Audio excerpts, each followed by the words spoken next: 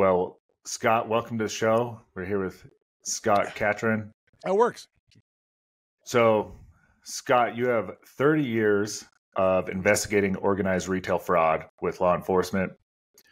You are competing in 3-gun shooting at a national level, providing advanced weapons training, and you're committed to excellence in deep practice and mastering coaching. That's how we roll, bro. That sounds amazing. I sound great when you do it like that. You could do that all the time. Just feed me up like that. That'll be great. All right. And you also are the owner of Nevada Firearms Academy and Range in Reno. And you've celebrated 2 decades of training, building experience, and fostering confidence under the Esteem banner. And thank you for joining the show. My pleasure, dude. And then you've also done some unnamed, really cool stuff. There's some stuff that, shall not be mentioned. So I guess I want to start off with, what do you believe, like, your experiences in firearms, the unmentionables, how has that influenced your perspective on, like, masculinity or fatherhood?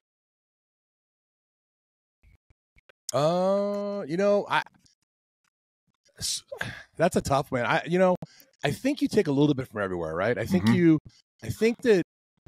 wish I could put my finger on one thing that kind of made me who I am or shaped me. I got to be honest, if gun to my head, and I got to tell you right now why I am the guy I am today, Boy Scout probably. Okay. It just shaped me. It shaped me at a time when I was 8, right? Like at 8 years old when you're like, I just want to eat boogers. And then all of a sudden you're like, no, let's learn to tie knots real quick. And you're like, oh, okay, and I'll build a Pinewood Derby car. And this is, and I think not just the lessons of like building the Pinewood Derby car, but like building the Pinewood Derby car and having your buddy have his dad build the Pinewood Derby car with like graphite in the wheels and the Aerostream and the lead weights. You're like, what? Yeah. So you learn also that, hey man, there's other ways that people do things, and they may not always be the way you want it to be done, right? It may not be successful for you. And so you realize, okay, I'm gonna have to adapt to that. And so if you start looking at those skill sets early on, I think you find ways that shape you. And I can definitely look at a time in my life. I became homeless at 16, I think. And I remember a time in my life when, or is it unhomed? What's the right? I don't know what the right term is now. I don't know how to say that. But I left home very early on, and I can remember a time in my life when I had a chance to go left at an intersection, and I went right for some reason, right? Like when you're with a guy at the mall and he's like, I'm not paying for these pants, and he puts them in his jacket, and you're like, oh, I'm out, dude. See you later, bye. Like those times when I went right instead of left, when I could have just gone left because it was a cool thing to do, I attribute that to scouting. I attribute that to this little thing in my head that was like, don't do that. Don't do that. That, and my father was a federal agent as a child, came with a lot of discipline. My dad was military. His dad was a federal agent.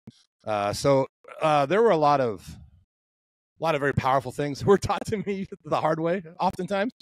And so that, I think that just kind of became a thing. I will tell you this, at some point in my life, 12, 13, 14, I realized that my dad was saying some pretty interesting stuff. I've told people as of late that I didn't realize my dad was funny. My mom and my dad, for that matter. I didn't realize they were funny until I was in like my 20s. Like I remember standing in the kitchen with my mom one day, and one of my brother's friends was over, and he was wearing a kilt. And my mom said, you know what you're wearing under a kilt, right?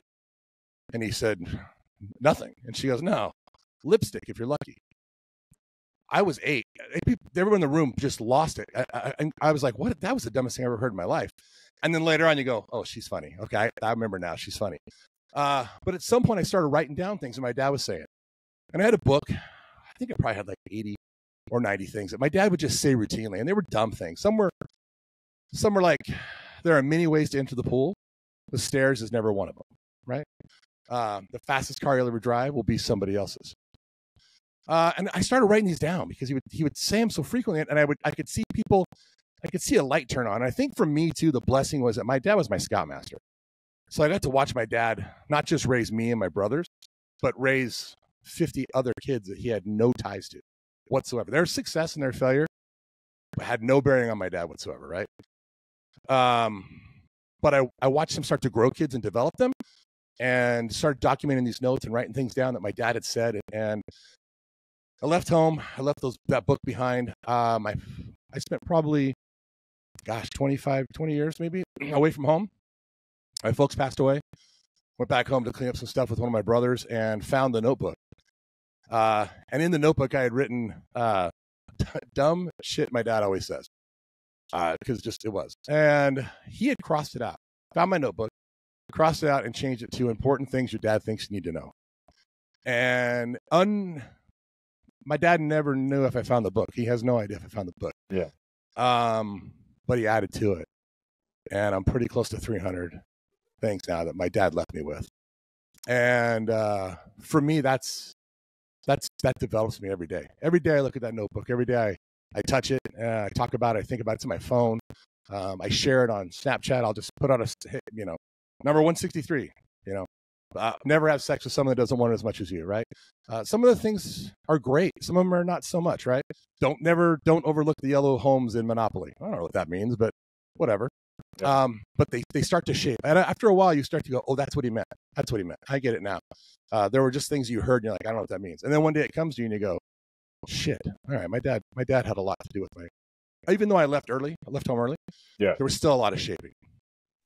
So, really, for context, how old are you? I'll be 56 on my next birthday. Okay, so how your dad maybe 20 to 25 when he had you? No, my dad was 50. 50 when he had you? Yeah. Okay, so he had a lot of knowledge. My sister is 17 years older than me.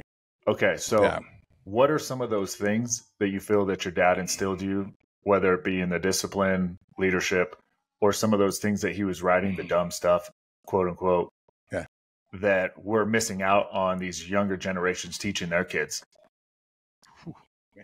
Well, I got 300 of it. Where do you want me to start? Start at the top.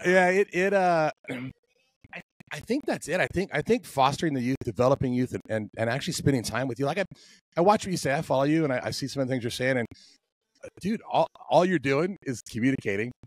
Like at the end of the day, this is my wish. This is how I want to get there, and I want you to be a part of this ride with me. And I think that if you just do that, set expectations, have a clear understanding. I think discipline in my house was probably the thing that made a difference. If it's 6 o'clock and you're not at the table, you better be dead. And that was where we sat. That's where we sat, and that's where we talked. And my dad would come home from work, and my mom would, she'd come home from work. She had a job also. Went back to work after I was born. But at 6 o'clock, that was it. We sat down and we had dinner together at the table, and we talked about everyone's day. And I think that routine, I think that discipline, I think all those things instilled stuff in me. My dad would challenge me on how I carried my notebooks, right? Like how I would address people. He would coach me on just about everything. It felt like sometimes everything was like a learning lesson, right? And I think the problem is it falls on the kids, right? I think as long as your kid thinks you're teaching them something, they don't want any part of it, right? But when you can share something with your kid and allow them to grow through watching you and observing you and being a part of a bigger process, I think that's what develops kids, man. I think it starts at home. And I think for me, with my boy, this is gonna be all about my dad today. Sorry about this. That's great. For me, watching my dad raise other boys, I think, was a big deal. Scouting. So when I would watch my dad interact with these kids, and here's the problem with scouting. Oh Christ, I'm going to do this right now. I'm very active in scouting still, but scouting, I think, messed up by letting female scoutmasters into scouting. I'm just going to say it. I don't care. Hate me if you want to hate me. And look, I don't have anything against women. I think they serve a fantastic purpose in life. There's a great role. But when it comes to scouting, the kids that were in my troop, so let's say we had 20 kids in my troop, I can think of 4 of us that lived in homes with fathers and mothers. The rest are broken homes, right? So these are kids that are getting their only real, and primarily lived with mothers. I know now things are different because I had custody of my kids when I went through divorce. So it is possible for guys to get kids now. But in the 80s, the early 80s when I was a kid growing up, all the kids went and lived with their parent, with their mom. Like that was it. Mom's got you, and dad's going to go to work, and she'll get money, and we'll see you on the weekends. So you're dealing with these 17 kids that don't have mothers, and just going to camp and letting my dad tell an off-color joke, right, or fart around a campfire, or just the things that boys do or that men do around other men that you, when you're a boy and you go, oh, that's a relationship. Okay, so I see what we're doing here. I don't think you get that from women. I don't think a kid's going to go to camp for a week with a lady and she's going to fart around the campfire with him, right? I mean, and I'm not saying that the litmus test for being a good person is being able to fart. But I think those are things that kids do at 8, 9, 10, 12, 18 years old, right? And I don't think it comes the same when it's around a female leader. My niece doesn't speak to me at all anymore because she went to work at Boy Scout camp as a lifeguard. And I said, please don't go to camp and sit on the waterfront in a bikini. Like, we don't need that. These boys, you're at camp where we have a lake, and so all these merit badges that can be obtained, sailing and rowing and canoeing and life-saving and swimming merit badge and all. These are things that really can't be done at the pool here in town. So these kids are going to camp to get these waterfront merit badges, not going to camp to sit and watch you sit in a bikini. Yeah. Please don't be a distraction. And she, of course, I'm an idiot for saying it. I'm like, whatever. But I firmly believe that if I was a scout, if I was 10 years old and there was a 20-year-old on the waterfront in a bikini, I'm getting every waterfront. I'm standing on the waterfront all day long and I'm not doing any merit badges. I'm drowning. 100%.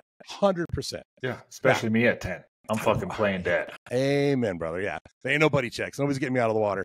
So yeah, so those things that I see falling apart in groups like scouting. And I've been watching this closely. And I don't know if you follow this or not, but scouting has officially now changed their name. Boy Scouts has now changed their name to Scouting USA. I think it is Scouting USA. Oh, that's terrible. Yeah, because they've allowed the troops have girls in them. And by the way, I should say this. The Boy Scout organization has had females in it forever. I'm talking about scouters. There's an Explorer program that's generally 18 to whatever. You can stay in. As a rule, Boy Scouts, you graduate at 18. But there's an Explorer program that allows you to go 18 to, I don't know, 25 maybe or something. But they're more like they're more specialty troops. So we love mountain climbing. Perfect. This is a mountain climbing post. We canoe. This is a canoeing post. This is a rock climbing post. And so, but those posts have always been co-ed. I don't know a time. Like I said, my sister is 17 years older than me. When I was a kid, so in the 70s, she was a female Boy Scout. So it's been going on. I don't have any objection to that, and especially at the 18 age, cool. Go be an adult and go learn some skill sets. I love it. My anger doesn't come with Boy Scouts. My anger comes with the Girl Scouts. Build a better program. Yeah. Girls want to be in Boy Scouts because it's an essential program.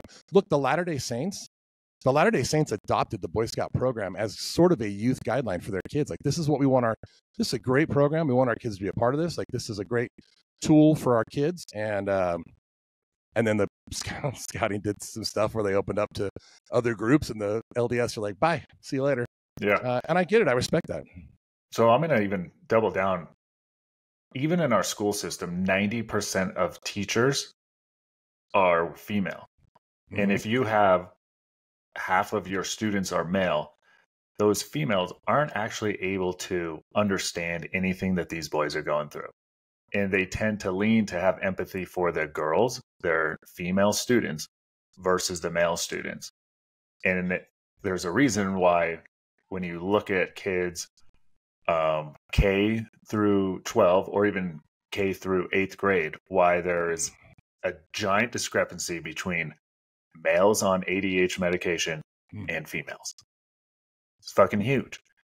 And I think it's a large problem of why we have boys not growing up to be men. I believe I fucking love women. I didn't know how much I would love my wife. I did not realize how much I would love her. I didn't know I could love a human as much as I love her. Right. And I think women are vital to the family, showing femininity. I think you can't replace a woman, but there becomes a time when a boy turns about 7 that they need to go off and be with men and be among men. And then therefore the rest of their life should be majority raised around other men. But we're not doing that in society. We're taking away these programs that allow us to do those things, like the Boy Scouts. We're essentially watering them down. And I just don't think it's healthy. Don't get me wrong. I want my boys after 8 to love their mother, to enjoy the time with their mother. But it's not mothers who should therefore be teaching them how to go on to the next chapters of their life They don't graduate to manhood. They stay cubs. 100%. And then you have full grown cubs because there weren't men showing them things. Right. Well, yeah. And then now also we don't know what restroom to use. Right. So yeah, it spirals. It spirals for sure. And I just think it starts at home. I think it falls on you as a parent. My buddy Trey, one of my best friends in the entire world, Trey is focused on his daughter. Like he's focused on the girl. The girl. Sometimes you go, boy, that might have been a little harsh, but then you always look back and go, that was the right message. And he's developed good kids because of it. Like his daughters will sit at the table with you, and they're good girls. And I think it takes that, and it takes a village. Trey mentioned this just yesterday. We were talking about it. It takes a village. Like I helped Trey coach softball with his daughter. He's like, I'm like, dude, get your daughter figured out. He's like, get her figured out yourself. It takes like you have every right to go talk to my daughter about what she's not doing right.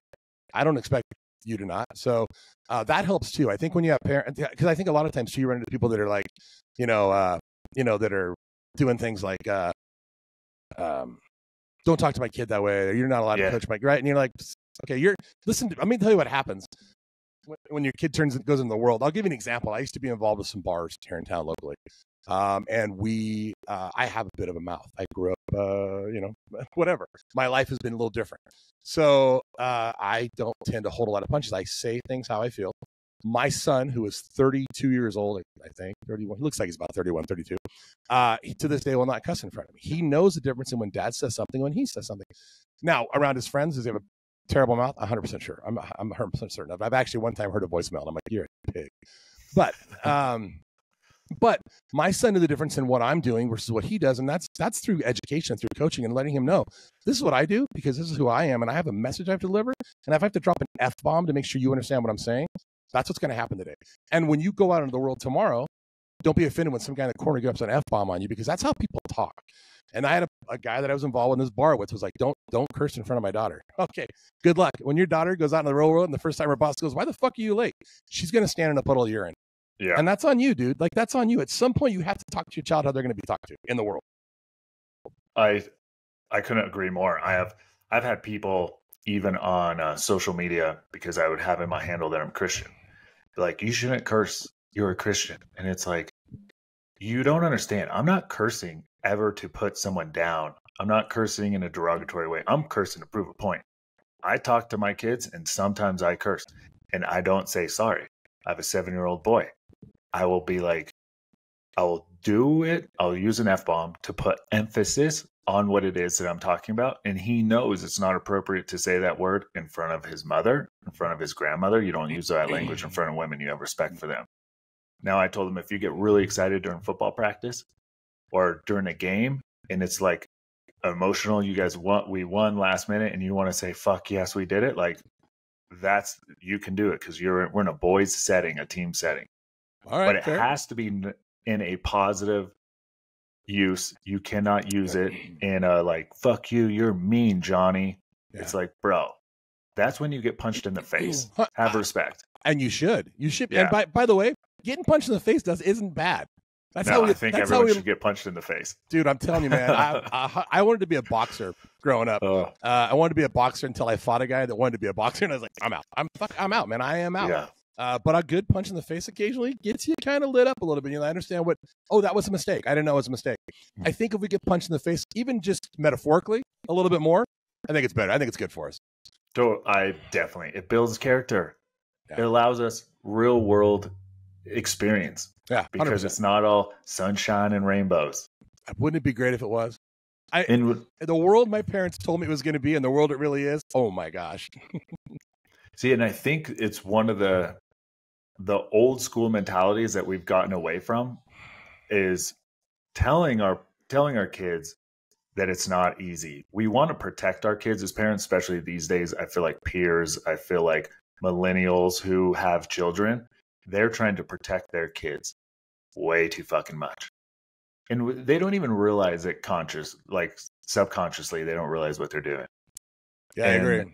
It's like, but the world gives no fucks about you, your kids, any of that.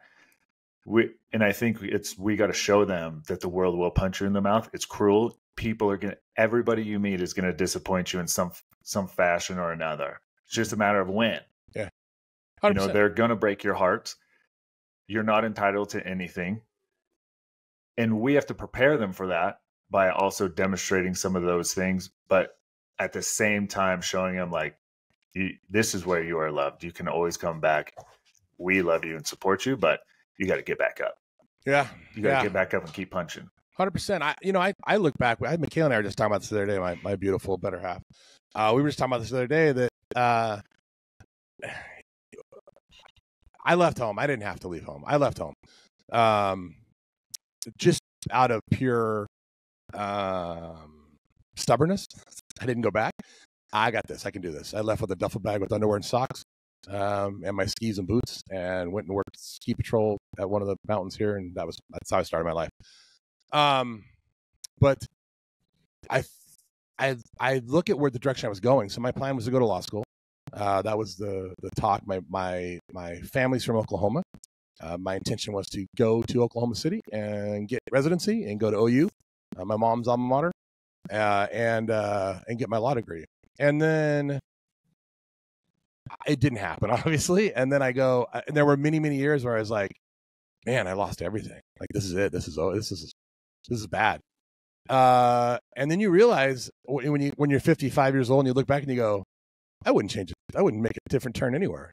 There's no way I want to do anything other than what I'm doing right now. And I think that I don't think I wanted to be an attorney. I think my parents said, you have an amazing skill at debating. You should really go into law.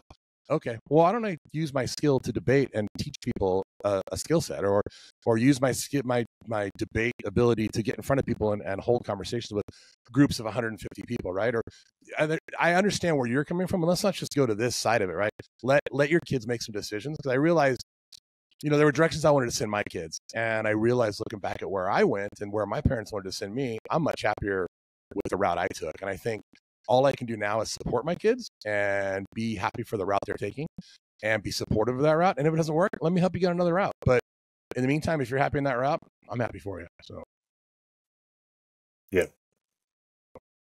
We'd like to solve our kids' problems, and I think we get satisfaction, and we shouldn't. You're 100% right. We shouldn't. It's terrible. Where do those skill sets come from? If your kid came, and it's you can dumb this down to the lowest level. If your kid came home with math homework in the second grade and you did it for him, did your kid learn math? No. So if your kid comes home with a bully problem and you solve it for him, does he learn how to deal with bullies? No. Are there bullies everywhere? 100%. Yeah, 100%. Right. So I mean, I don't want to. Yeah, I don't know. I just feel like there isn't a lesson that I wasn't handed that I don't appreciate now. At the time, I hated them. Going through them was terrible. I don't want to do it. But I think they shape you, right? I think they make you who you are, and I think you have to have the ability to identify those as learning lessons. And I think that's where the change. I can remember a time in my life when I liked me.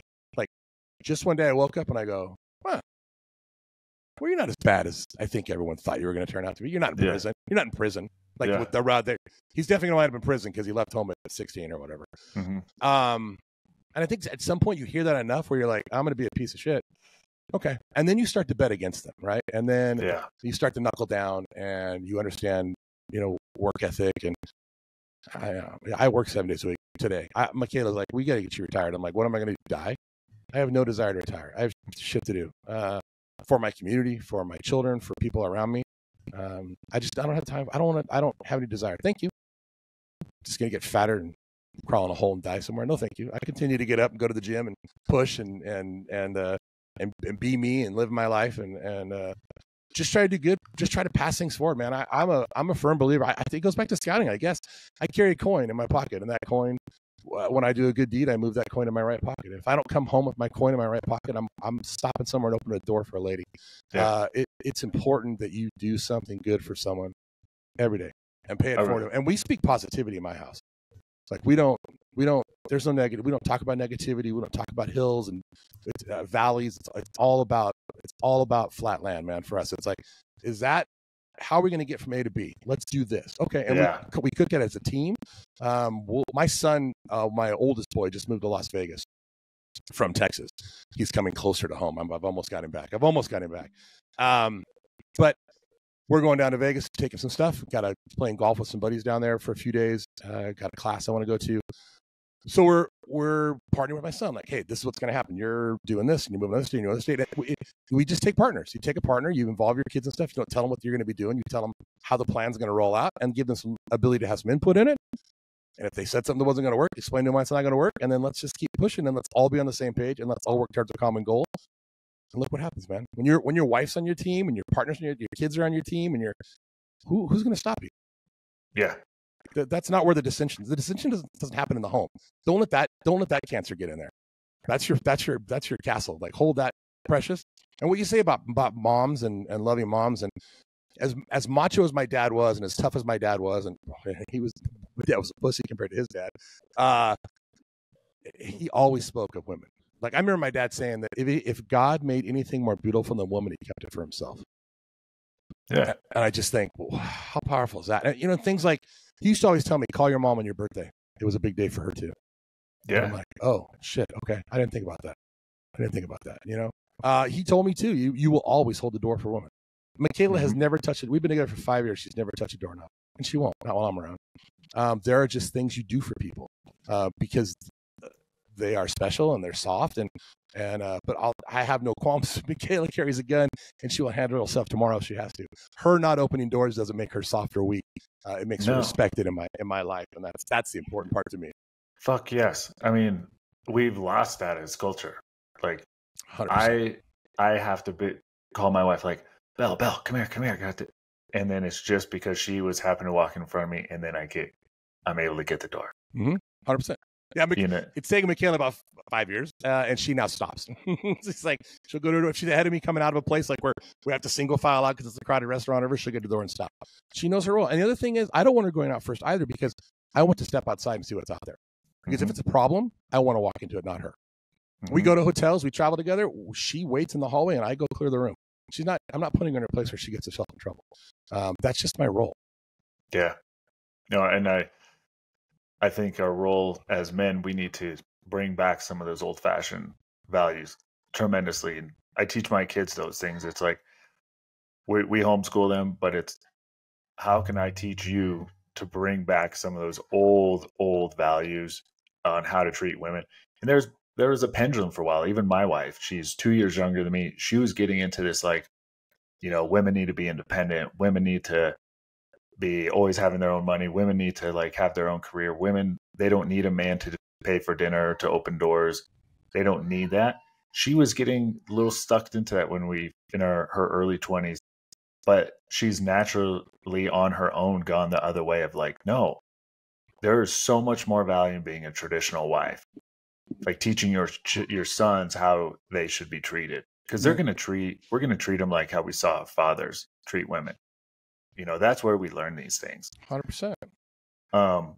But also how you were saying, like, your job to protect her. I want to talk about men in society with firearms. I have this saying that our duty as men is to be protectors. And I've actually been training with firearms at your place now for a while, and I freaking love it. Good. I also think that more men should be carrying firearms. I think it's not only because we are men, but we live in America. It's in the Constitution. It is our responsibility to own, carry, and protect that Second Amendment. Let's roll from there. I want to hear this. I don't agree. No, I'm just kidding. Don't agree. I'm just kidding. I agree wholeheartedly. My concern is those that want to carry a gun because it's cool to carry a gun. That's not why you carry a gun.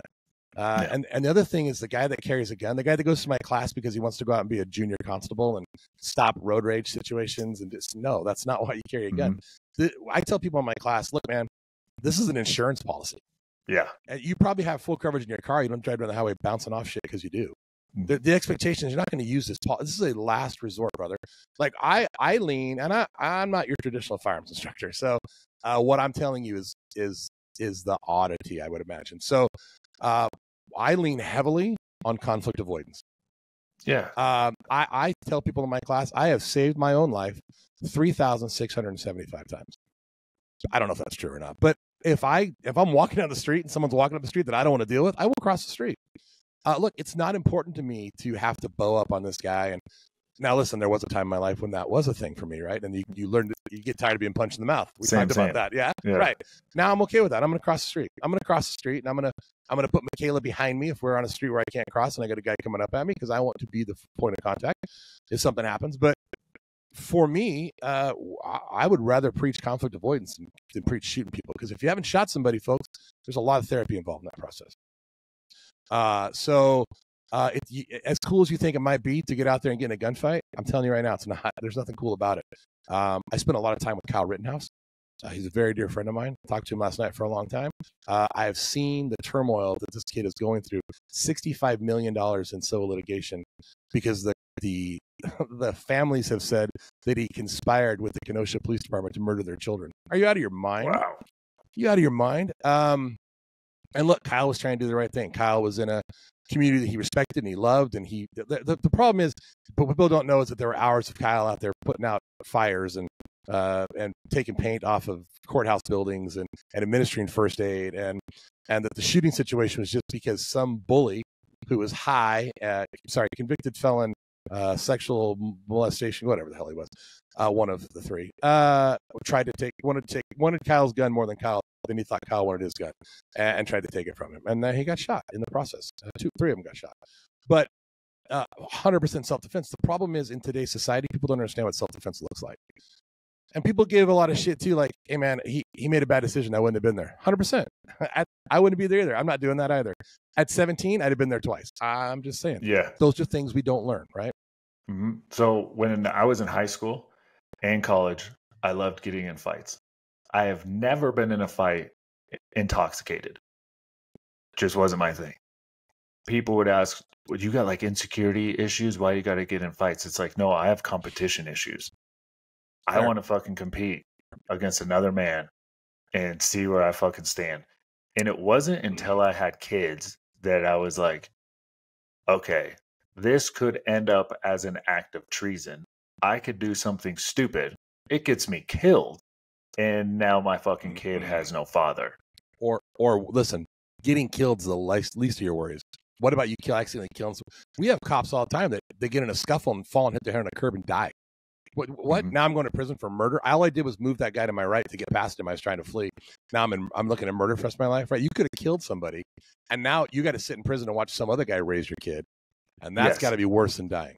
To me, that's another form of treason. You accidentally kill them. You're, to me, like drunk driving. You accidentally kill someone. There's so many things that I'm like, the possible outcome, even though it may be small, just like you're saying, me today wouldn't be at the protests, me today wouldn't go to these events because the possibility of something negative happen is there. Not that it's great. It's there. It's called consequences. And if you don't recognize those at any level, that's where you have problems.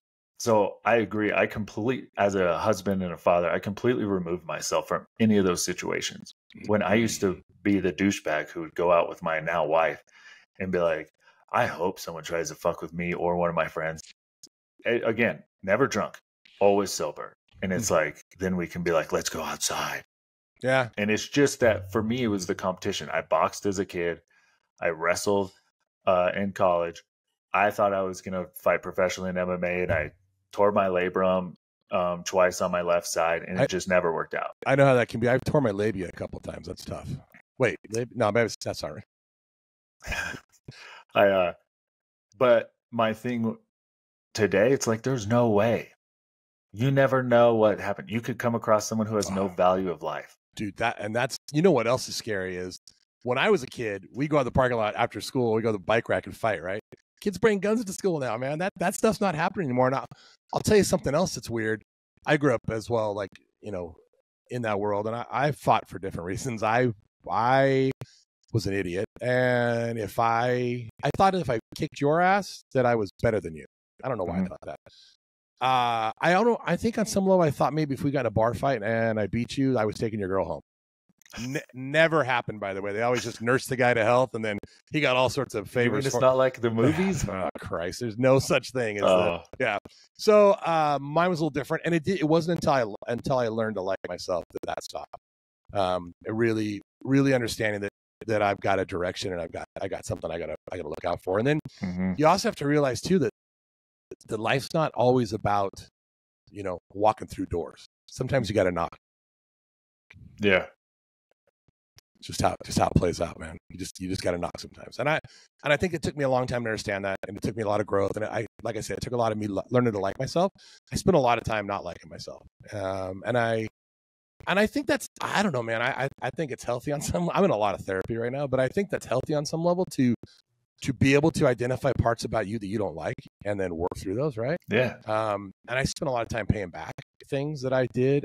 There are things that, as much as I talk about being a Boy Scout and being a good Eagle Scout and doing all those things, there were things I did that weren't appropriate. There were times when, when I was homeless and I was a kid, I was in high school and homeless. I didn't have a job. I would go to Carl's Jr. I remember this like it was yesterday. I would go to Carl's Jr. I went to Wooster High School here in Reno, Nevada. I think the statute of limitations is up on this, so I'll tell the story. But I would go to Carl at lunchtime. Everybody would go to Carl's Jr. All these freshmen would walk to Carl's Jr. and flood the place. And these poor Carl's Jr. employees just doing the best they could. And if you've ever been to Carl's Jr., you go in, you go, I want the double Western bacon cheeseburger meal, the number 4 with a large whatever. Okay, and they hand you a cup, and they go, here's your number, take it to your table or whatever. Or if you're waiting to go, they go, you're number 12, stand here. Okay. Well, I would walk in behind somebody, and I'd watch people order, and I'd see a kid order a number 3 meal, and he would walk away. I would listen. She'd go, you're number 6. And he'd walk, okay, and he'd walk away and talk to his friends. And I would have a receipt that I found in the parking lot or wherever else, and I would walk. As soon as I saw her grab his order, I'd go, 6? And she'd go, yep. And I go, thank you. And I would leave. And there's some kid going, I never got my order. And I'm like, whatever. But I had to eat, right? And I'm not going to shoplift. I don't know why that was for some reason, that was a thing for me. I wasn't going to go into a store and actually physically steal. But if a girl wants to give me some dude's burger at Carl's Jr., I'll make that happen. Yeah. But there was a time in my life when I bought $1,000 in gift cards from Jack in the Box to give to guys that are homeless and need food. Because on some level, I took $1,000 worth of food probably from these places. Yeah. And I want to pay it back. So, and look, you got to eat. At the end of the day, I would steal food. I would do that. I spent some time as a kid running loss prevention programs for grocery stores. And I was always in trouble with my boss because I would catch a guy stealing something and then I'd go buy it for him because I'd be like, no, you're in a bad. This is a necessity. If you're stealing liquor, go suck your dick. You're stealing top ramen and a sandwich out of dude. We made it. There used to be a place. So it's where the Silver Legacy is now. It used to be called JJ's Market, and it was owned by Jerry and Joey Scoleri of Scoleri's Warehouse Markets. And so here's your little history, your Reno history lesson for the day. But they hired us to chase shoplifters for them when I was a kid. I was a youngster, man. I was 16, 17 years old probably. And when as meat would start to get close to an expiration date, Scolari's, they would cut it up and they'd make these sandwiches. They'd cook it up and they make sandwiches. They wrap it in foil and put it in the heat lamps. And guys, it was downtown Reno. That's where the Legacy is. Homeless guys would come in and you go, oh, here comes a guy who's going to go get a sandwich. God damn it. And so these guys would come in and sure enough, they would take a sandwich and put it on the front of their pants. And one of my favorite things was to just talk to them for a long time at the front door because they got a sandwich burning their ass right now. So eventually they just surrender it. We'd take them inside. We'd write them up. And at the end of the day, I was like, what am I going to do with the sandwich? It's been on this guy's pants. So I'm like, take the sandwich with you. You're trespassed. Don't ever come back again. And I got so much shit for that. But I'm like, he has to eat, man. At the end of the day, he has to eat. And by the way, that's a sandwich that you got all the profit out of that sandwich when you sold the first cut of meat off of it. So just relax a little bit. Relax. And by the way, I will say this. Jerry and Joey never gave me an ounce of trouble. There was another guy that I didn't like, and him and I had a conflict. But Jerry and Joey were like, you know what? If he doesn't come back, doesn't do it again, I can live with that, Scotty. I'm like, thanks, man. So that was my thing. Yeah, one of my things of giving back is if I see a guy on the corner, I have to give him cash if I have cash. Oh, I hate that. I do not judge what it is that they're going to do because I'm like, I don't know. Aren't you contributing then to the dysfunction of society? No idea. Those guys make more money than you do, right? I mean, I've seen the documentary on like the lady in New York who's pulling in like 6 figures, acting like she's crippled. I've seen that. There's a guy on the corner of Virginia and Kitsky that parks his car in the Applebee's, but his sob in the Applebee's parking lot and goes and stands on the corner and asks for money. Wow. And here's the problem. Because of that, I won't help a guy who might really be in trouble. And I don't do cash ever. I don't do cash ever. Like I said, I did the sandwiches because I sold sandwiches. Sort of sold sandwiches. Yeah. But cash for me, like I just see these guys go do bad things with it. I don't want any part of it. I'm not that guy. One time Michaela and I were at a grocery store, and I see this guy walk by and he's got something in his hand. I go, he's going to jam that. And so I'm watching him. Sure enough, he puts it down his pants. And so I go, God damn it. And it's a mom and pop grocery store. I'm a local guy. I support local. It's a grocery outlet. It's owned by a local family. So I go, look, man. So I go up to him, and I didn't mean to scare him as bad as I did. But there are a bunch of tiki lamps kind of leaning over in a little cardboard box. I stood the tiki lamps up. What a hell of a noise that made. And I go, give me that thing. It's like, ripped it out of it. I ripped the package out of his hand. I go, give me it. And it was for a pair of socks. And I go, where? I go, give him to him right now. And he pulls them out of the front of his pants. And I go, what are you doing? You stealing socks? And he goes, yeah. And I go, you need socks that fucking bad? You're stealing socks? And he goes, yeah. And I go, seriously? And he goes, yeah. And I go, okay, get the fuck out of here. I go, I'm going to buy these socks for you, and you're going to fucking leave, and you're never going to come back here again. And if I see you here, I'm not even going to call the cops. I'm going to beat your ass. Get out of this fucking store. This is a guy and his wife who live here in South Reno that are trying to pay the bills and provide a service to a part of this community that needs it bad, worse than any other part of the community. And you're in here causing shit. Look, dude, I don't support what you're doing, but go to Walmart. Go to a company that has $1 billion in assets that can handle you taking a pair of socks. Leave this mom and dad alone. Yeah. He left. We got in the line. We went to go pay for everything. And the lady goes, oh, this package of socks is empty. Do you want me to go to another set? And I go, no, some guy stole them from me. I'm just buying them for him. She's like, what? Like, she had never seen that before in her life. She had to call a manager. I'm like, could you just stop, please? Just bring the socks up. Throw the box away. Let's just ring it up. Yeah, just be done. I don't want any sort of, this isn't why I did this. Like, just, let's go. So, yeah, I can't give money to those guys, man. I see that. It pisses me off. I'll tell you a little secret. I'm an idiot. I'll just say right now. As you know, we have a very big car show here in town every year, Hot August Nights. Mm-hmm. So about 5 years ago, I started taking license plate pictures of license plates that say Classic Rod, and it's usually on like an '83 Buick or a '96 Pontiac or some shit. Yeah. You do it so you don't have to smog it, right? And so when Hot August Nights comes around, I post all these pictures and I go, can't wait to see all the classic rods. It's going to be great this year. And people get so pissed off at me, like, that's not what it's about. It's about the real classics. And I'm like, well, change the policy. I don't have to tell you. My new thing is I'm taking pictures of all these guys that are on these off ramps with their signs up, and I'm going to recognize them on Veterans Day because every one of them says they're a veteran. Everyone. Show me your DD-214 or shut up, son. Yeah, and that's another thing I've had people ask me, like, well, what if they're not a vet? It's like, to me, that's on their conscience. I mean, who am I to judge? Dude, there are resources out there. Here's the problem. For veterans, there's resources out there. I will tell you that our VA here in Northern Nevada is one of the best in the nation. There are people that travel. I met a guy once that traveled here from Alaska to get treated at our VA because it's one of the best. So for these guys that pull that crap and go, there's no resources. There's 100%. There's resources out there for you.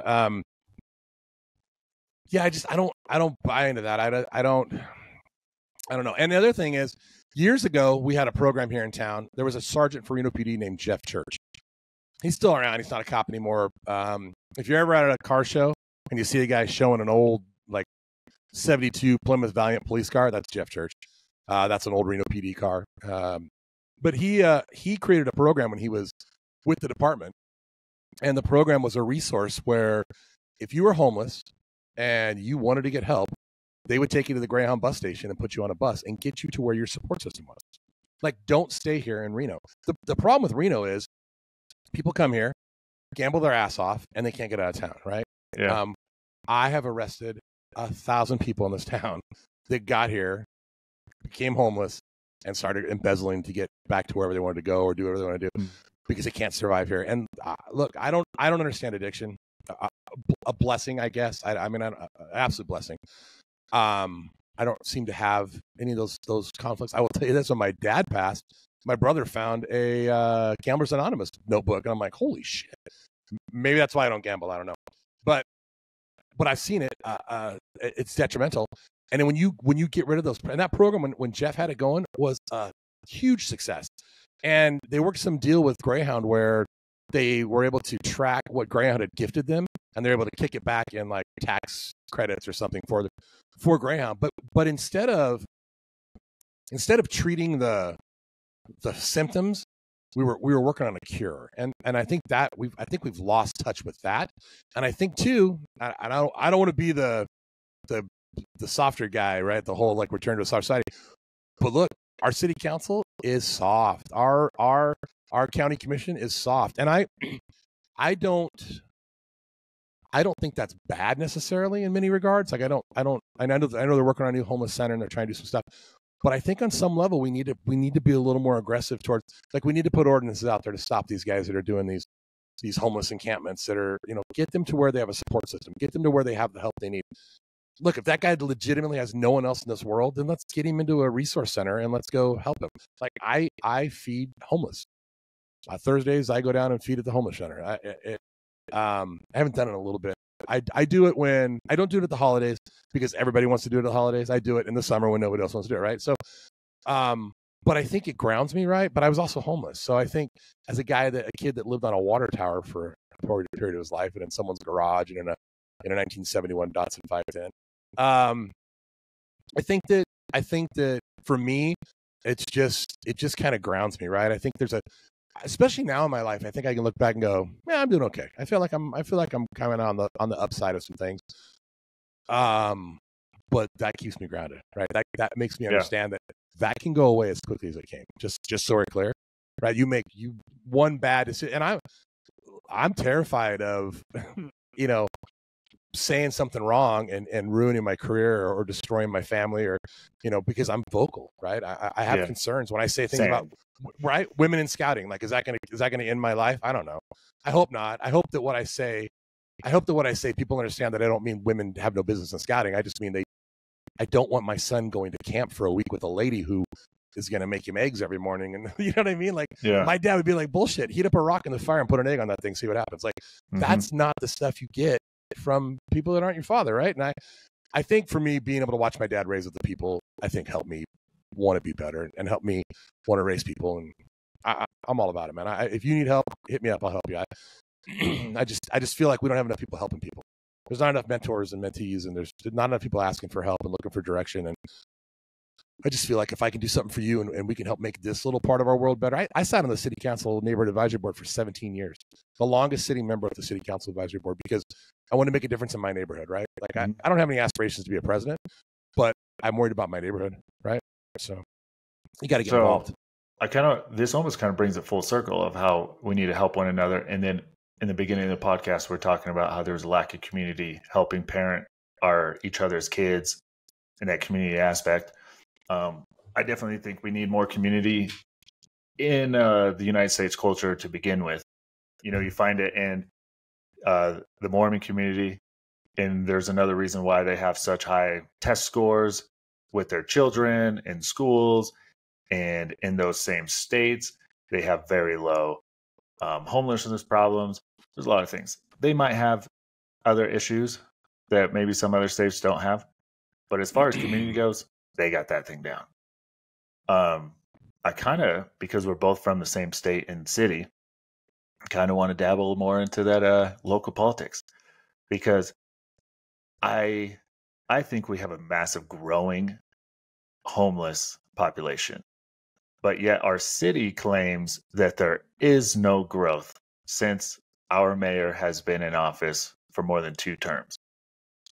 Claim that there's no growth, but you can visually see that it's fucking going. They're in my neighborhood. I mean, they're not. I use code enforcement, get them out of my neighborhood as quickly as they get in. So, but it's like we don't acknowledge these things. And you mentioned you don't want to be the president, but like local politics, I was a political science and econ major when I was in college, and I thought I wanted to get into politics.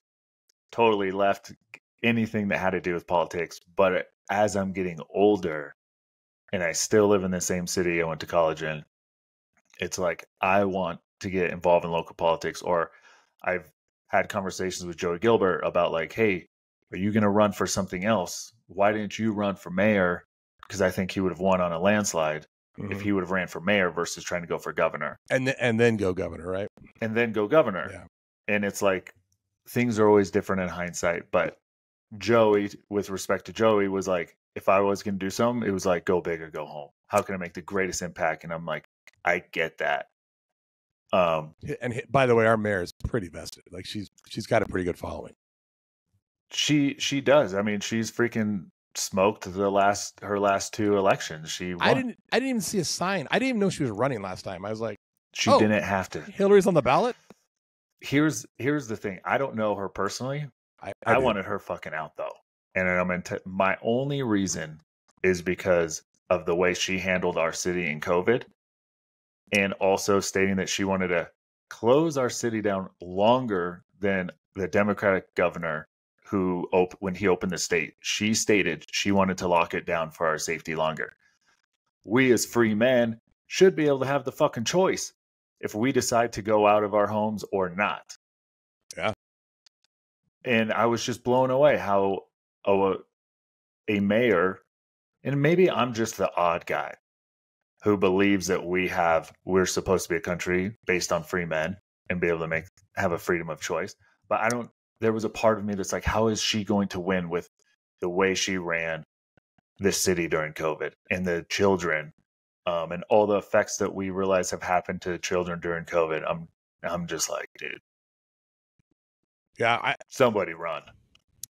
Yeah. 100%. Yeah. Someday, maybe. Yeah. So it's like, somebody run. I've been getting some pressure from some local interest groups to throw my hat in the ring, and I just don't think I have it in me right now. And I've got one of the POI, the public information PIO, public information officers from Reno PD is like, I'll run the campaign for you. Like, let's do this. They're doing some stuff now where they're trying to look at what it looks like, but I don't think I'm there. I think I'm much happier, being a husband and a dad and teaching guns and doing that stuff. I don't know, man. I agree. Like, I feel like, look, on the presidential level, I don't know. I don't know that I don't know that anything we do even affects that. I don't know even if how we vote affects that. I think you just gotta, at some point, I think I've kind of given up on our presidential aspirations. I think we just go, well, I just hope for the best, right? Like I don't know.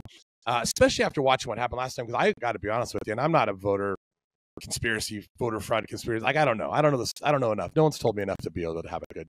But I know some people that are big deals, and they've said, I think maybe. So I will tell you this, though. If you spend any time driving from Reno to Gardnerville and saw the 10,000 Trump signs, and then he didn't win the popular vote in Nevada, I'm like, oh, that seems weird. So I don't know. But I think I've given up on the national stuff and just kind of been like, I hope for the best. But I am concerned about my community and where I live, and utilizing the tools that the city has put in place. And, I worked with, when I was on the NAB, we worked with code enforcement. Like, code enforcement became new when I was on the NAB. And code enforcement came from a project called the Detroit model. And if you know anything about the Detroit model, it was a program where, and Detroit got sued over this, but they put like a car or two cars in a neighborhood and just parked them, like a 74 Pontiac and an 86 Buick or whatever, parked in someone in front of these two houses on the street, and then they went by and broke a window. And as they broke a window, someone stole a tire. And then the house that the car's in front of, they stopped cutting their grass. And then a window broke and they just taped it up. And then they didn't paint in the summertime. And then weeds started to grow and things started to fall apart.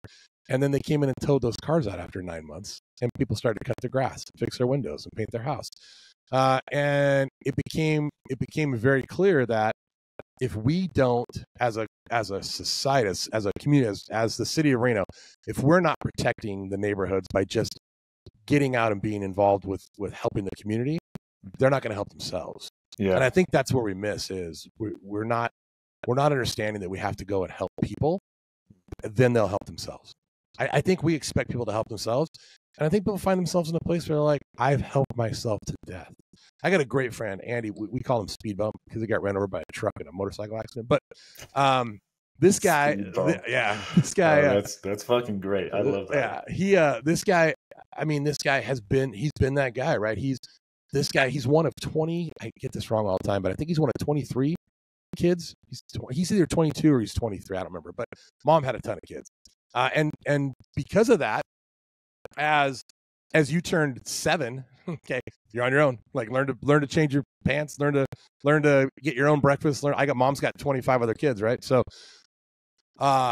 he had all these brothers and sisters that mentored him, right? And he had all this development and all these peers that he was able to look up to. When his family said, we're moving to LA at 16, I was already on my own. I go, let's just get a place, bro. We were roommates at 16. We were again roommates at 40. Like, He went through a bad spell, but he's a guy that can always pick himself up. And I think his growth, I think his development as a child, I think the support system they found around himself, I think helped him be able to become a guy that can identify opportunities and change and grow and get better. And he's one of my favorite people to watch, just kind of grow, because there was a time not too long ago where he was in a pretty dark place, and it's fun to watch somebody get better and get healthy and understand and become a better parent. He went through a divorce where she moved the kids back east, and it hurt him, and so it's been one of those things where watching him grow and develop through some of these skill sets that he got from his peers, his 20 plus brothers and sisters, I think shares a lot. And I like when I hear you say like homeschooling, I wonder about that. What does that do for kids? Like, what are your kids going to go to a prom?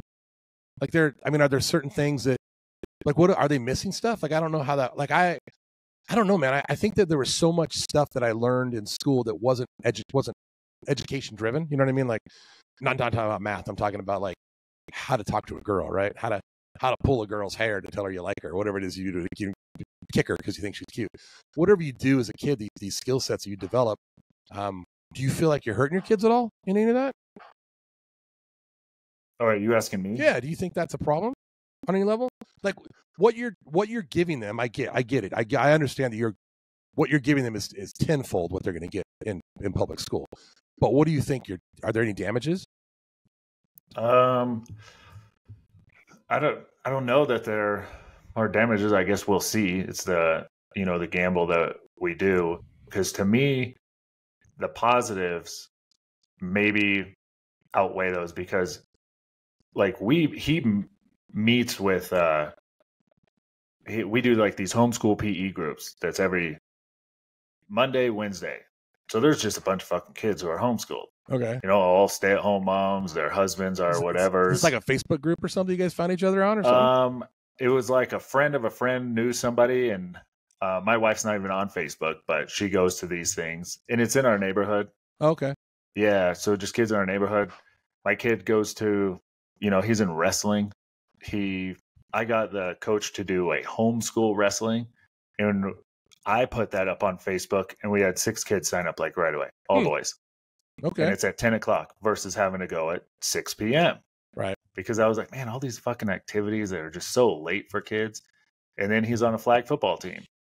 And people are like, man, you guys have your kids in so many sports. It's like, because we don't have traditional 9 to 5, my wife's a stay-at-home mom. She doesn't even work.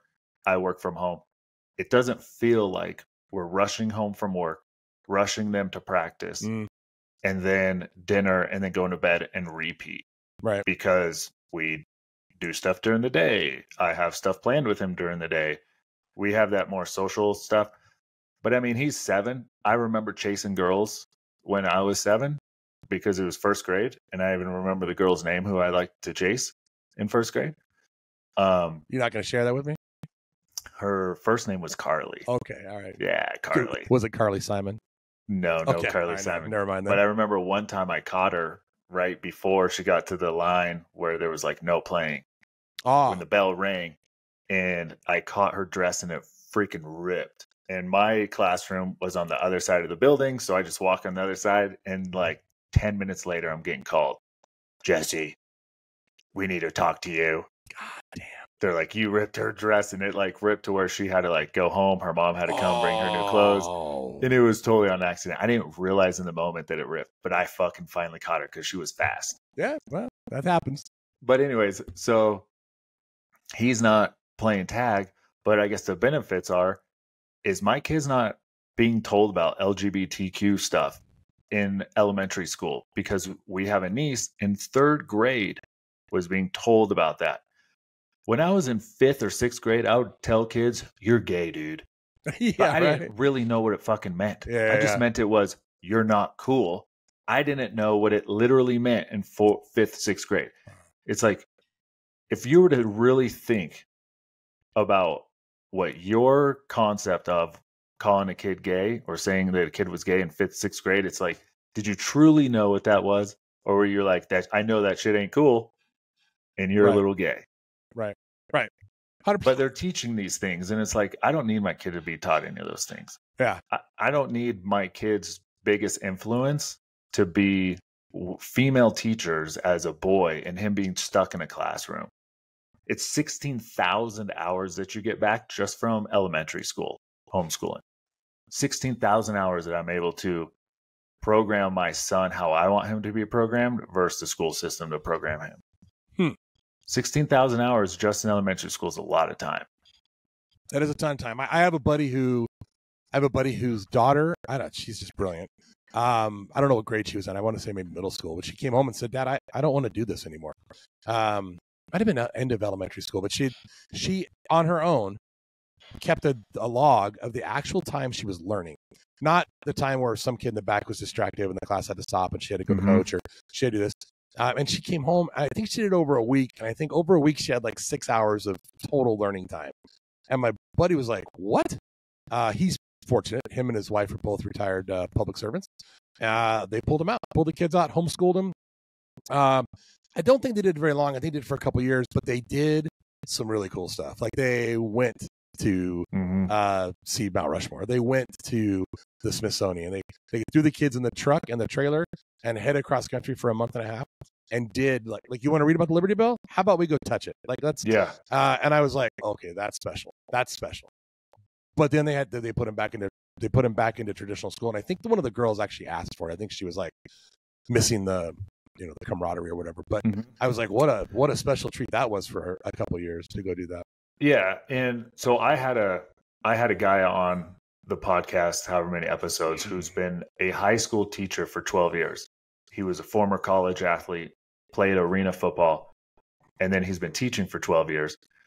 And he said he's only done high school. He's like, out of every time we get a homeschool student who wants to go to high school so they can enjoy prom, maybe be part of the camaraderie of high school sports teams, he's like, they're always far ahead in maturity than all the other kids, which it's anecdotal data because it's 12 years in one county, Washoe County. So it's not a big research across the United States, but that data makes me feel pretty good. But also I'm going to allow my sons to choose if they want to go to a public high school, because by the time they're 14, I have had such an imprint on them that they're going to handle their own. They're not going to be into fucking all of a sudden one day dyeing their hair fucking blue. Right. They would have known years before that they wanted fucking blue hair. Sure. They're not going to suddenly be like peer pressured into like, I got to go to this party and get drunk. No, they're going to be like, I'm going to this party and I'm fucking confident in who I am. I'm here to socialize. I'm here to do whatever, and I don't need a drink. Because they're going to be confident in who they are, and they're not going to be influenced on following a trend or something cool. That's my hope, because that's how I was. I was going to say, at the end of the day, it's all hope, right? I mean, it is a little bit of hope, but sending them to public school is all hope as well. So you're not doing any hoping that nobody else is doing. So yeah, and sending them to homeschool, you're hoping that other people allow them to turn out pretty good. Well, versus me, at least homeschooling, I'm in charge of the programming of their minds. Yeah. Well, what's that? Is it the Amish that at like 16 they send the kids out of the 18? Go for a year and do your thing, right? Is that what it is?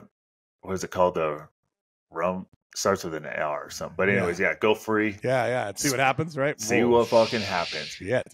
And you really got to have faith in your ability to be a parent at that point in time. You're like, hope we did this right. Here we go. Yeah, and it's either you've developed a confident man and maybe he does enjoy it and just comes back and was like, wow, I enjoyed it. But I'm back. The hope is they go out and go, it's not as great as everyone thought it was. Exactly. That's the hope. Yeah, it's not all. And that's one of the things that when I was growing up and racing motocross, because I started late. So I started in 7th grade racing. And going into freshman year of high school that summer, I was winning 125 intermediate races. And I was like, I could go pro. I had this big jump of never racing, won my 3rd race ever from December. I got a bike for Christmas to the end of February. I won a 80 beginner race. So in that time period of, was that 3 months? Yeah.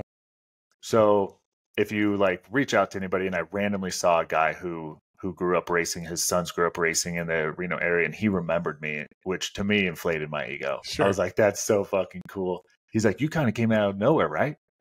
And he's like, yeah, dude, I didn't start racing till 7th grade. 3 months later, I'm winning. 1 month after that, they bumped me. And then, I'm winning. And then I had a giant growth spurt. I guess my point is like, but when I got into high school and there was girls, my dad, he worked building power plants. So he would travel to Chicago, built a massive methane plant there. He would travel to these different cities and build power plants. So I didn't have a dad who was like always home to like push me. You should train. You should have discipline. Chasing these girls ain't going to do nothing for your career. I didn't have that. If I was homeschooled, I probably could have gone pro because I would have wanted to ride and practice. If I had the ability to be homeschooled, it's like my mom could take me to ride. Sure. But I didn't really have that. And I don't care if my kid wants to be an engineer and in Legos, like just play with Legos. Like I want to foster whatever the fuck they're interested in and allow them to do that versus being a traditional school where we crush their creativity and innovation. And we want them to just be like everyone else. You got to sit still, pay attention and listen. Yeah, you are boys, but that's what we want you to do for the next 12 years. Yeah. I'd rather be able to be like, you want to get into STEM, you want to wrestle, you want to race motocross, you want to fucking build Legos and then build a bridge. Let's fucking go. And just allow them to do those things. Like, I want them to learn firearms. Like, I want them to come down, not them because one's only 3, but the 7-year-old, he's super mature for 7. Yeah. Calm, cool. People ask all the time, what's the appropriate age to start teaching my kid? I'm like, when you're ready. Yeah. You'll know. You know your kids. Like, my buddy Jason, his daughter Mulaney's been shooting with me since she was 7. She's 16 now. She could go shoot 3-gun tomorrow. She's talented and she's been doing it forever. And it's built a weird kind of dynamic, like kind of a weird confidence level for her that I really was kind of fun to watch, to see grow. We'll see. Yeah. I like to tell people, like, I talked about gun safety with my kids. Like day 1, I give my kids a pocket knife when they're 2. And people think that's crazy. But it's like, okay, think about it. If he's playing with it between 2 and 3, like more like 2.5, he's not strong enough that he can really hurt himself. He will cut himself, but he's not strong enough versus the first time he gets to play with a pocket knife and he's 8 and he fucking lops a digit off or really fucking sticks himself. The first time my older son, he cut himself while he's in his stroller. We're walking around Collin Ranch, cuts himself on his finger and he's just staring at it, just quiet. And he sees himself bleeding. And my wife was like, whoa, what the? And I'm like, you need to chill. I've been noticing that he's just watching it. And we wiped it off and he didn't think anything of it. He was way more careful. But then he's like helping my wife cut potatoes. He's helping my wife cut things at 3, 4. He can make his own meals. My other little son, it's like, I gave him a pocket knife too. Like, I would buy us all family pocket knives. They're not the most expensive, nicest pocket knives, but it allows them to play with those things. So now to the firearms, it's like, I look at it as no different of letting your child know, like, this thing can really hurt you playing with fire. When you're cooking, the propane, you're only going to want to put it on number 5, right? Not number 10. Yeah. Shit gets hot real fast. Yeah. Here's a campfire. Don't fucking fall in that. Yeah. Here's a firearm on daddy's desk right here. It's like, you don't fucking just play with this thing. Like, you don't play with the fire. You don't do this. Like, you don't stick fucking metal in these sockets. To me, it's no different. Like, you let them know early that you don't stick a fucking knife in a socket and you don't play with these firearms. Like, why wait until they're older? Yeah, I guess. I don't know. I've never considered that. I've never even thought about that. I don't know that I would have. I don't know. I don't have a lot of dull knives in my house, so I don't sure give my kid a knife. I do. Yeah. I don't know. I do agree. I didn't get an. I'm that knife thing. You really hit a nerve with me, man. My dad would say, my brothers all got buck knives in Boy Scouts, and I wanted a buck knife real bad. And my dad said, when you get your eagle, I'll get you a buck knife. And I'm not pass. I was like 12. I'm not going to get my eagle until I'm 18, maybe, right? I'm not waiting that long for a buck knife. And I stalled in scouting. I hit a spot where I stalled. My dad used to say, I got to get you your eagle before you discover fumes. And I go, I don't know what that means. And he goes, car fumes and perfumes, it's over. If I don't have you by that point in your life, I've lost you. Mm-hmm. And I go, oh, okay. I go, all right, I got it. And because I'd stalled in scouting, my dad said, all right, here's the deal. I know we had promised you a buck knife when you got your eagle. You earn second class or whatever it was, and we'll go get a buck knife. And I go, deal. And I sat down and I knocked everything out in like 60 days. I had it all set. It was all good. I found he inspired me. I found motivation, right? Mm-hmm. And then he took me down to a pawn shop and bought me a $30 buck knife. And I'm like, I don't even get a new knife, you son of a. All right, whatever. I'm like, okay, cool. But I remember that there was, because of that stall, by the way, I was like, I'm not going to get my eagle. My brother was an eagle. One of my brothers, one's a failure. But like, I got to get my eagle. My dad didn't get his eagle. My dad went off to war. He got a job and had to go off to war and didn't get his eagle, but got, I don't know, 100 people their eagle. When my dad passed, I buried him with my eagle packet. But I remember how important that was for him that he raised another Eagle Scout. And so I don't want to say I cheated to get my eagle. That'd be a terrible thing to say. I went to work at Boy Scout camp one year. I'm like, I'm just going to go up there and be a CIT or whatever and work at camp. And I'm going to work in the kitchen, because if I work in the kitchen, and it was one of those things like I really wanted to work on the archery range. I really wanted to work in the rip-off shop, like selling sodas. Or I really wanted to work on waterfront, or like all these cool places I wanted to work at Boy Scout camp. But I knew that if I went and worked at waterfront, I'm going to look great. I'll be bronze and it's going to be wonderful. Yeah. But at the end of the day, I'm not going to gain anything for the entire summer up here. So I went to work in the kitchen, and because in the kitchen, I was only responsible for cooking breakfast. The kids were on their own for lunch. Maybe they're on their own for dinner. I don't remember. But anyway, I only had to work like 1 or 2 meals a day. And I was like, perfect. So after I cleaned up for breakfast, I went and earned merit badges. So I'm like, I'm going to make this work for me, and I'm going to go to earn merit badges. And instead of just being at camp for 1 week, which is what normal troops do, I'm working at camp. So I'm at camp for the full summer, right? So I think I crushed like 15 merit badges in one summer, just because they were there, they were accessible, and I had all this time to do it. And I was able to walk into an area, handicraft, and go, let's see, I'm going to do this merit badge and this merit badge. Perfect. Here you go, Scotty. Start, and I was able to power through these things, and got my eagle I earned my eagle at 15. I got it on my court of honor. It was my 16th birthday. But I was able to do that by being able to identify an opportunity, right? Yeah. And then be able to capitalize on it, and then be able to push through it. Mm-hmm. And that was a skill set that my dad never challenged me on. Like when we sat down and I came up with this plan, I go, Dad, I think I can pull something off here. He goes, good luck. And that was it. Yeah. My dad would let me fall on my face time and time again, and wouldn't even pick me up. I would eat shit, and he'd go, that sucked. You want to try it again? Yeah. Okay. But there were times like that, the merit badge deal at camp, it worked like a champ. I'm like, oh my God, I am the smartest guy in the world. Mm-hmm. So those little things, I think those little victories, I think were a big deal. And I would say, if I start, we have another kid, I think I'm going to look at the KIPP Academy. If you got any free time, take a look at the KIPP Academy. If you're familiar with that at all. KIPP Academy is a program, 2 guys that were teachers. And I want to say like New Orleans, maybe somewhere, I don't know. But they went to school together. They were teachers. They were roommates. They hated the education program. Mm-hmm. Didn't like what the school district was doing. They came across some grant funding that was available out there. If you could get your kids to college, there was an unlimited amount of grant money out there. These guys started the KIPP Academy. It took off so fast that they immediately spurred off. One guy went to New York and took it up there. I think they have 6 or 7 schools in California now. And the KIPP Academy is very much what you're talking about, but still in a social setting, right? So these kids are, and by the way, their college rate, 100%. Nice. 100% of their kids go to college. Yeah. They use mentors. So they go, all right, you're in 7th grade or 8th grade. We're going to start talking about colleges. The goal is always college, right? The goal, it's never like, oh, I'll just go to a trade school. No, the goal is you went to the KIPP Academy, so you can go to college. Mm-hmm. And they will send you you're in San Jose going to school. They will send you to Harvard to peer train with a KIPP Academy graduate who will help you understand what that looks like going to Harvard, right? Yeah. And it starts with the KIPP Academy. When you show up for school on the first day, you don't get a desk. you earn a desk. Nice. There are skill sets that these guys use at the KIPP Academy that's unbelievable.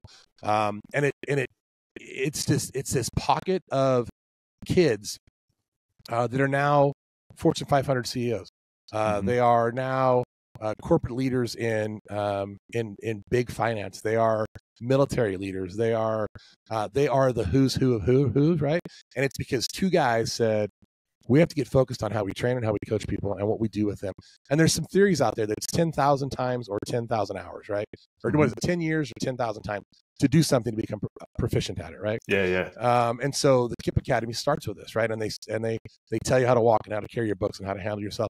If there's a conflict in a classroom, if I call some girl a bitch, first off, they're probably gonna throw me out of school.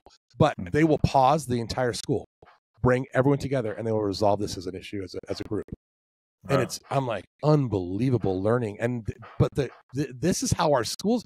I went to private school. I not my entire life, but I went to Baptist school for quite a bit.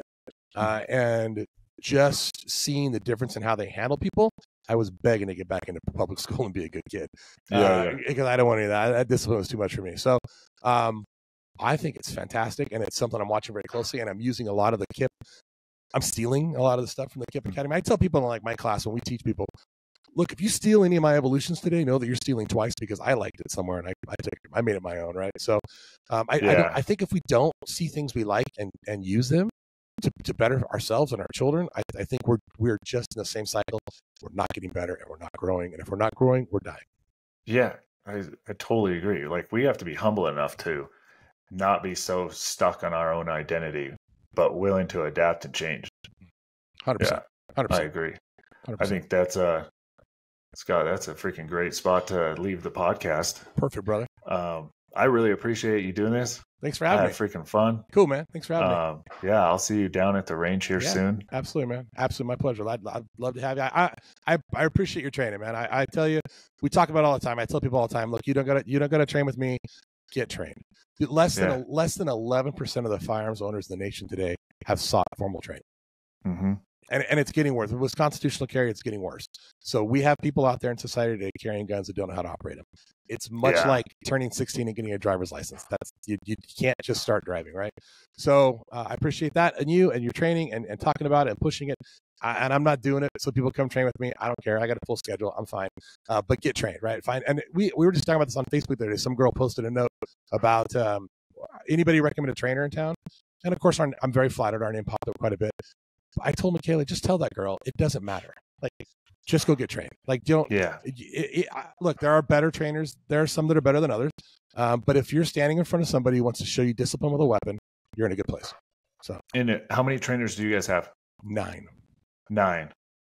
Yeah. And I haven't even had the pleasure of working with you yet. Yeah, right. And I freaking love it. Yeah. Wait till we do that. That'll be fun. Yeah. We'll get you out and show you some real disciplines. Yeah, I'm excited. I'm all about it, brother. Thanks for your time. I appreciate you. All right, Scott. I appreciate it. Be well.